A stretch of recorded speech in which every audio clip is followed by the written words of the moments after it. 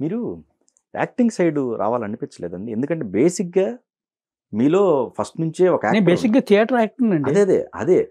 అది డైరెక్టర్‌గా మారిన తర్వాత సరే డైరెక్టర్‌గా ఓకే. కొంచెం అనుకున్న రిజల్ట్ కావచ్చు, అనుకున్న అవకాశాలు కావచ్చు, నా దాకా అవకాశాలు కాదు. రావలేదు అన్నప్పుడు రాలేదు కాదు, రానిచ్చుకోలేదు. మనమే మందే తప్పు, ఎవరిని కామెంట్ చేయడం లేదండి. అదే ఆ టైంలో మన తప్పులుంటే మనం తప్పు జరుగుద్ది కరెక్ట్. కానీ కానీ మీలో అది ఉంది కాబట్టి మళ్ళీ ఆ ప్రయత్నం చేయాలనిపించలేదా? నేను చిన్నప్పటి నుంచి ఇప్పుడు దాకా కూడా అంజబాబు గారు ఆ! పని చేస్తూ వెళ్ళటమే కానీ ప్రయత్నం అనేది సెపరేట్గా ఎప్పుడు చేయలేదు. ఓకే. అదే ఎందుకనో ఆ పని అలవాటు చేయటం అవ్వలేదు. కూడా ఆ ప్రయత్నంలో భాగమే కదా! పని చేస్తాం కానీ ప్రయత్నంలో భాగం అని కాదు. ఓకే. పని ఓకే. చేస్తాం. పని చేయటం అంటే ఎలాంటి పని చేస్తున్నాం అనేది మన తృప్తినిచ్చే పని చేస్తాం. ఓకే. ఆ! నేను యాక్టర్‌గా పలానా దానికి రండంటే వద్దయ్యా నేను చేయను అన్న సందర్భాలు ఉన్నాయి. ఆ! లేదు ఎందుకొచ్చింది అన్నప్పుడు యాక్టింగ్ అనేది ఎప్పుడు బావుంటదంటే అండి, ఒక క్యారెక్టర్ చేస్తున్నప్పుడు మనకు నచ్చాలి. ఓకే. ఇప్పుడు ఈవేళ యాక్టింగ్ ఎందుకు చేసే ప్రయత్నం నేను చేయనంటే, మీకు నచ్చినట్టు నేను యాక్ట్ చేస్తేనే యాక్టర్‌ని. మీరు డైరెక్టరు. ఓకే. మిమ్మల్ని నేను మీరు డైరెక్టరు మీరు చేసింది బాగోలేదు, నేను చేయను అని చెప్పే గుణం నాకు లేదు. అందుకని చేయకపోవడం బెస్ట్. మీ మీద ఇప్పుడు సినిమాలో హీరో ఉన్నప్పుడు మీ మీద ఒక సీన్ చేసి, ఒక చిన్న బిట్ చేసినా మీ మీద ఎందుకు కాన్సంట్రేట్ చేస్తారు? ఈవేళ అదేం లేదు. ఇదివరకు బాలచంద్ర గారి సినిమాల్లోనూ, లేకపోతే విశ్వనాథ్ గారి సినిమాల్లోనూ, బాపు గారి సినిమాల్లోనూ, లేకపోతే సజ్జిత్ రేలు చాలామంది డైరెక్టర్‌లో ఏ పాత్రకి ఆ పాత్ర దాని గొప్పతనం ఉండేది. ఇప్పుడు హీరో గారి చుట్టూ బిల్డప్ మీదే కథ చేస్తూ అది కాకుండా ఒక ఆర్టిస్ట్‌ని ఇంప్రెస్ చేయడానికి, ఇంకోటి చేయడానికి ఈవేళ మీరు మీరు గుర్తుపెట్టుకునే పాత్రల పేర్లు చెప్పండి. ఏవి గుర్తున్నాయి మీకిప్పుడు? యథార్థంగా చెప్పాలంటే అబ్బా!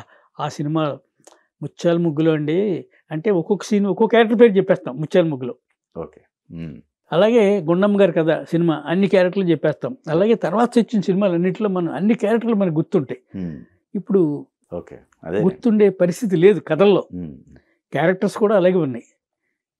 ఎందుకంటే అది తప్పు కూడా కాదు. అది ఈ సొసైటీలో అలా ఉంటే చూస్తున్నారు జనం. ఓకే. అది వాళ్ళ తప్పని కూడా అనలేం. ఎందుకంటే అప్పుడు హీరో అనేవాడికి చెడు లక్షణం ఉన్నప్పటికీ అది ఎందుకుందనో లాజిక్ ఉండేది పూర్వం.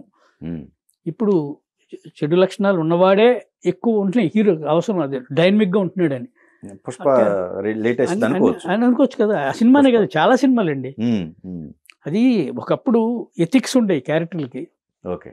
మనుషుల్లో ఎథిక్స్ పోతున్నా సినిమాల్లో మనుషులు ఎలా పోతున్నాయో సినిమాల్లో కూడా క్యారెక్టర్‌లో కూడా ఎథిక్స్ పోతున్నాయి ఇప్పుడు.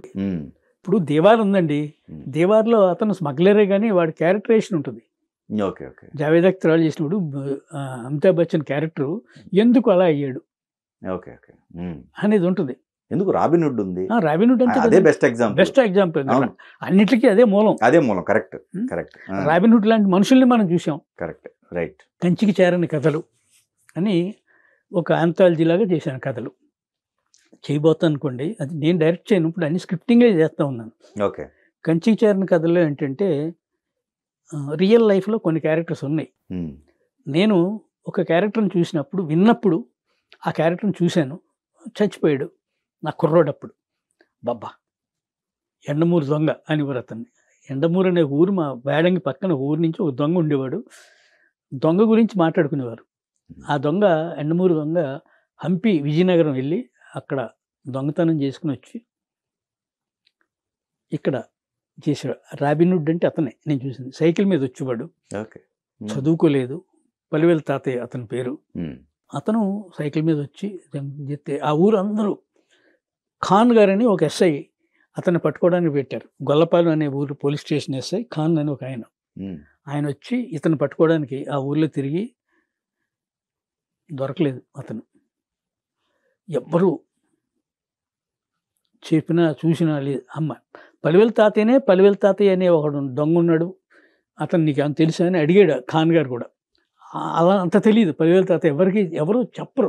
అవసరం అవుతుంది అతను. ఎందుకంటే ఎక్కడ హంపి విజయనగరం వెళ్ళి దొంగతనం చేసుకుని వచ్చి ఆ రోజుల్లో నా చిన్నప్పుడు అక్కడ కొన్ని స్కూల్స్‌కి ఫండ్స్ ఇచ్చేవాడు, చదివించేవాడు. ఆ స్కూల్‌లో ఆ పనిలో అస్సలు చదువుకోలేదు అతను.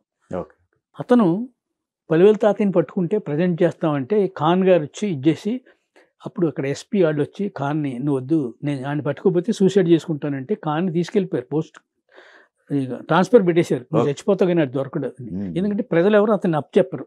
Okay. దేవుడు రాబినుడ్డే అతను, రైట్. అదొక లైఫ్ అనమాట అండి. అతన్ని ఇంటర్వ్యూ చేసి నేను Hmm. అతని కథ, ఈ కంచిచారణ కథలు, ఇలాంటి కథలు రియల్ స్టోరీస్ చేశాను అనమాట. Okay okay. అంటే మీరు ఇప్పుడు అంత ఇంట్రెస్టింగ్ అడిగారు కాబట్టి ఇలాంటి మన కథలు లేక కాదు అవి. ఇప్పుడు అయ్యా నేను ఇప్పుడు చేస్తున్నా పాయింట్ చేసి ఓకే ఓకే ఆ వర్క్సే చేస్తా ఉన్నాం అనమాట, ఓకే. ఖాళీగా లేకుండా. ఎందుకంటే ఇంకా నేను మీకు ఇప్పుడు ఎందుకు చెప్పాను, ఇది ఎందుకు చెప్పానంటే నేను ఆల్మోస్ట్ ఆ రోజు నుంచి ఈ రోజుకి ఇంకా అప్డేటెడ్గా ఉన్నాను అని చెప్పడానికి చెప్పాను. ఓకే, అదేలేండి. ఎందుకంటే మనం సొసైటీలోని నుంచి కాకుండా పాత్రలు క్రియేట్ చేయకూడదు. అంతే మరి, సొసైటీలో ఉన్న పాత్రలే చాలా గొప్పవి.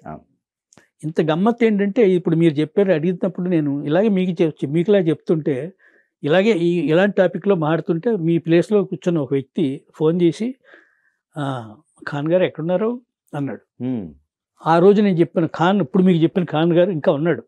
Okay okay. ఆ రోజు ఖాన్ అనే ఆయన ఇప్పుడు ఉన్నాడు. Okay okay. రీసెంట్గా ఒక 1.5 year బ్యాక్ మీ ప్లేస్లో కూర్చున్న ఆయన ఖాన్ గారు ఇప్పుడు ఎక్కడున్నారంటే మాట్లాడి నాకు ఇచ్చారు ఫోన్. ఓకే. ఖాన్ గారు నేను కలిశాను. ఖాన్ గారు వైజాగ్లో ఉంటున్నారు ఇప్పుడు. ఆ ఫోన్ మాట్లాడిన వ్యక్తి ఉండవల్లి అరుణ్ కుమార్ ఖాన్ గారితో మాట్లాడింది.